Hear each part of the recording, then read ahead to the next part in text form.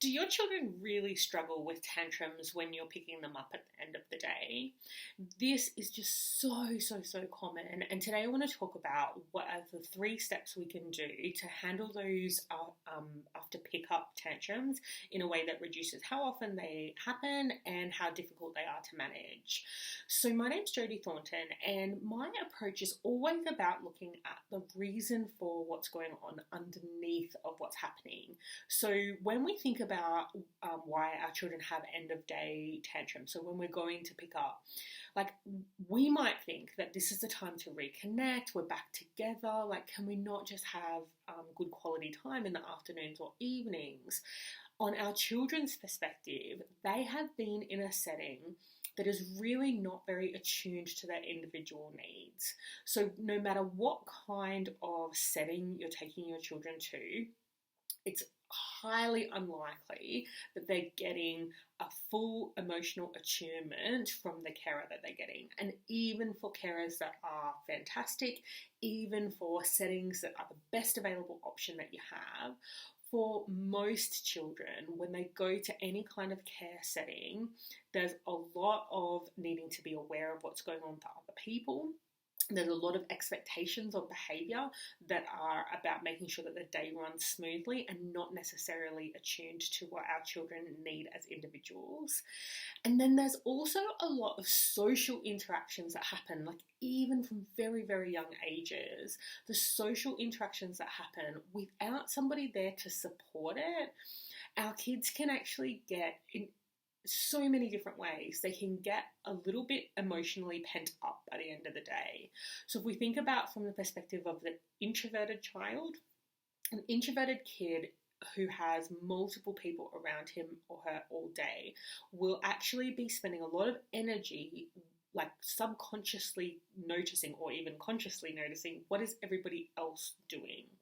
An extroverted child who isn't sure how to engage in play in a way that their friends actually want to play with them is going to get stressed by the end of the day. A highly sensitive child that is attuned to the fact that all of the children have a little bit of low-level stress going on is going to end up like pent up by the end of the day. And so even if the daycare that you have or family daycare that you have arranged for your child is a wonderful setting and it is fantastic for them, you can see how there can be a little bit of pent-up emotion by the time we get to the end of the day.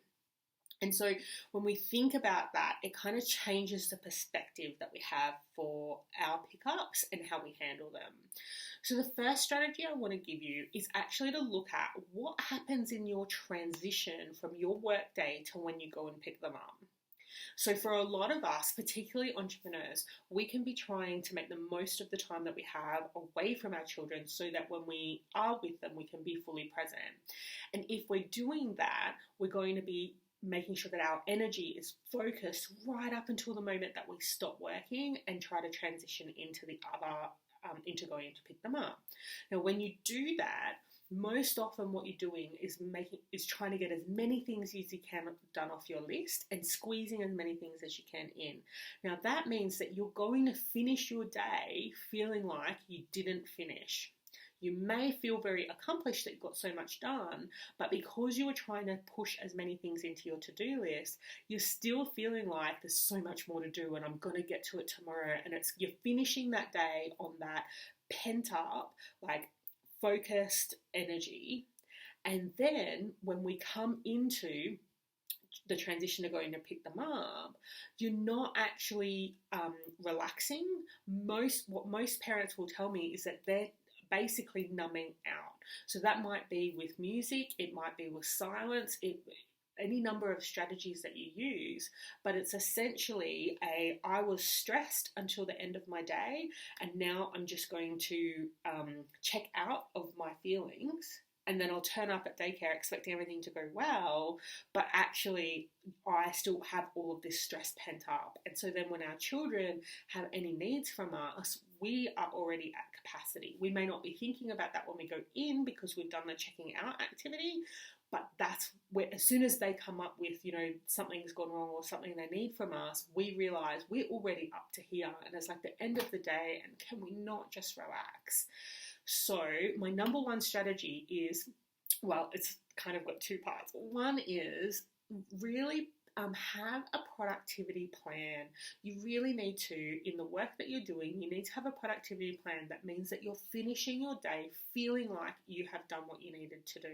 You're not squishing as much as you can into your day, and you feel like you're actually moving forward in your business. So whether this is a business strategy question or whether it's a productivity question, getting some help to make sure that you're not forever squishing things in is really important.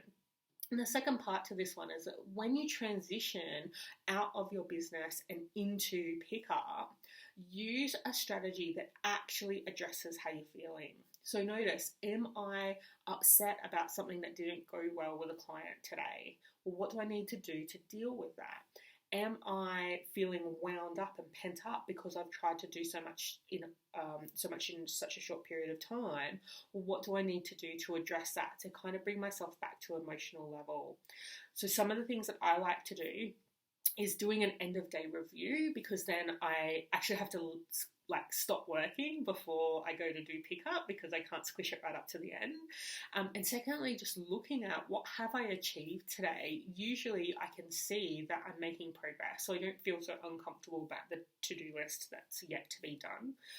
And then I use things like journaling or tapping or looking at, for me, sometimes music is a checking out activity, and sometimes music is something that actually allows me to get things up and out, or it might also allow me to switch into the vibe that I want to be in. So just being intentional about what are you doing, even if it's only the minutes you have in the car, or taking 60 seconds when you get to the car park for daycare just to do some tapping and release your day and be ready to go and pick up your child, can make such a difference in how you're ready to show up and help them. So the second thing we want to do is make sure that you have in your car a snack and a drink. So you might choose to have something that is, I know a lot of parents choose to have snacks that they normally can't get into their children. So if it's maybe fruit, maybe it's something high fiber, something that maybe they don't normally choose, you can totally do that so long as it's not going to become a power struggle. So long as they're like, oh, if that's all you've got, I'll take the apple, that's fine.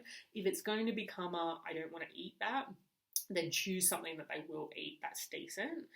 The reason we want to do this is that for kids, they often get really distracted during the day when they're in a social setting, and so they won't be taking as much water as they need. And dehydration makes a huge difference to our emotional capacity.